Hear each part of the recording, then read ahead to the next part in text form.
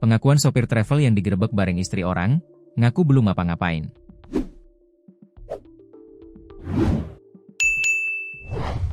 Sopir travel inisial H mengaku belum ada melakukan apa-apa dengan istri orang saat digerebek di kamar kos di Lubuk Linggau, Selasa, 24 Februari 2026.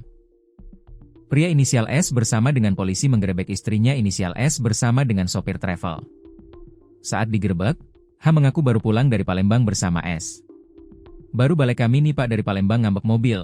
Baru pulang dari Palembang Pak kami habis ambil mobil," kata H dari rekaman video yang diterima Tribun Sumsel, Selasa, 24 Februari 2026. Sementara, ditanya soal hubungannya hingga dugaan perselingkuhan, H mengaku tidak melakukan apa-apa dengan S di kamar tersebut. "Kami dah ngapo-ngapo Pak, kami tidak melakukan apa-apa Pak," kata Haji. S yang saat itu digerebek bersama H tampak panik langsung masuk ke kamar mandi. Kini keduanya sudah diamankan di Polres Lubuk Linggau, Sumsel.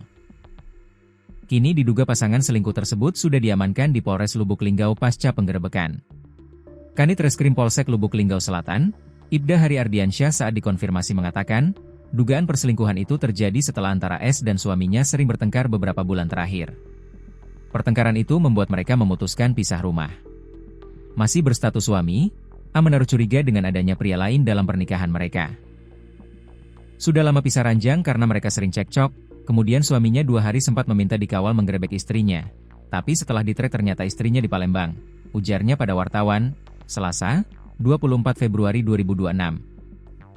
Kemudian, ketika diketahui hendak pulang ke Lubuk Linggau, suaminya kembali menghubungi polisi dan meminta untuk dilakukan pengawalan agar tidak terjadi hal yang diinginkan. "Bang tolong, saya mau gerebek istri saya.